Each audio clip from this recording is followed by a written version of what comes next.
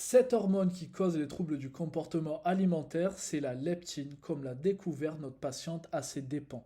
Elle a observé au fil des années des symptômes déroutants, comme une sensation de fatigue associée à des fringales incontrôlables et une prise de poids malgré ses efforts pour suivre une alimentation équilibrée.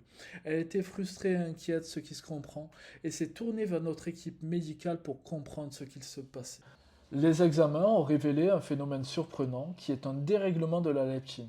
La leptine, c'est l'hormone de la satiété qui joue un rôle essentiel dans la régulation de l'appétit et du métabolisme énergétique. Cependant, lorsqu'elle est en excès, elle peut provoquer une insulinorésistance et contribuer à l'accumulation de triglycérides dans le sang. En d'autres termes, un excès de leptine peut envoyer un mauvais signal au cerveau qui l'empêche de réguler correctement l'appétit et le stockage des graisses. Et ce déséquilibre favorise la formation et le maintien de triglycérides anormaux, ce qui aggrave la situation. Grâce à l'accompagnement de notre équipe médicale, notre patiente a pu mettre en place des stratégies pour réguler ses hormones, améliorer sa sensibilité à l'insuline et rétablir l'équilibre de la leptine.